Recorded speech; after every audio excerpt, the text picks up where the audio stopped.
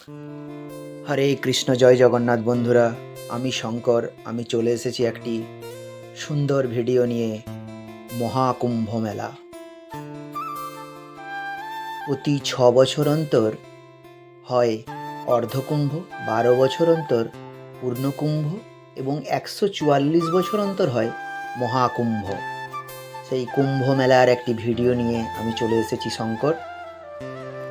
পুরাণে উল্লিখিত আছে, কুম্ভ কথার অর্থ সুধাভর্তি পাত্রকে বোঝায় যাতে অমৃত রয়েছে।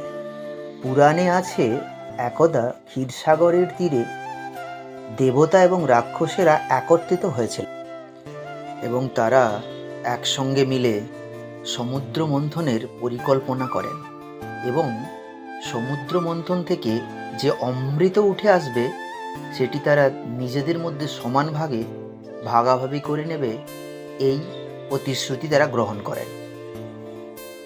বন্ধার পর্বতকে লাঠি আর বাসুকি নাগকে দড়ি হিসাবে ব্যবহার করেন তারা। এই প্রক্রিয়ায় দেবতারা ছিলেন বাসুকি নাগের লেজের দিকে এবং রাক্ষসেরা ছিলেন বাসুকি নাগের মুখের দিকে। প্রথমে ক্ষীরসাগর থেকে উৎপন্ন হয়েছিল বিষ, যা পান করেছিলেন স্বয়ং মহেশ্বর। পান করার পর তার গলা নীল হয়ে গিয়েছিল, তাই তার নাম নীলকণ্ঠ। এই নীলকণ্ঠ নামেই কারণে শিবরাত্রি উদযাপন করা হয়।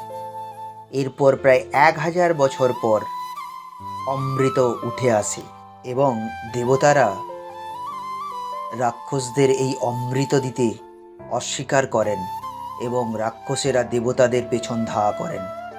এই সময় অমৃত কুম্ভ থেকে 4 ফোঁটা 4 জায়গায় পড়ে। এই 4 জায়গার অলৌকিক ক্ষমতা আছে: এলাহাবাদ, হরিদ্বার, উজ্জৈন এবং নাসিক। প্রয়াগরাজ ছাড়া এই 4 জায়গায় প্রতি 12 বছর অন্তর কুম্ভ মেলার আয়োজন করা হয়। বন্ধুরা, ভিডিওটি যদি ভালো লাগে লাইক, শেয়ার, কমেন্ট এবং সাবস্ক্রাইব করতে ভুলবেন না।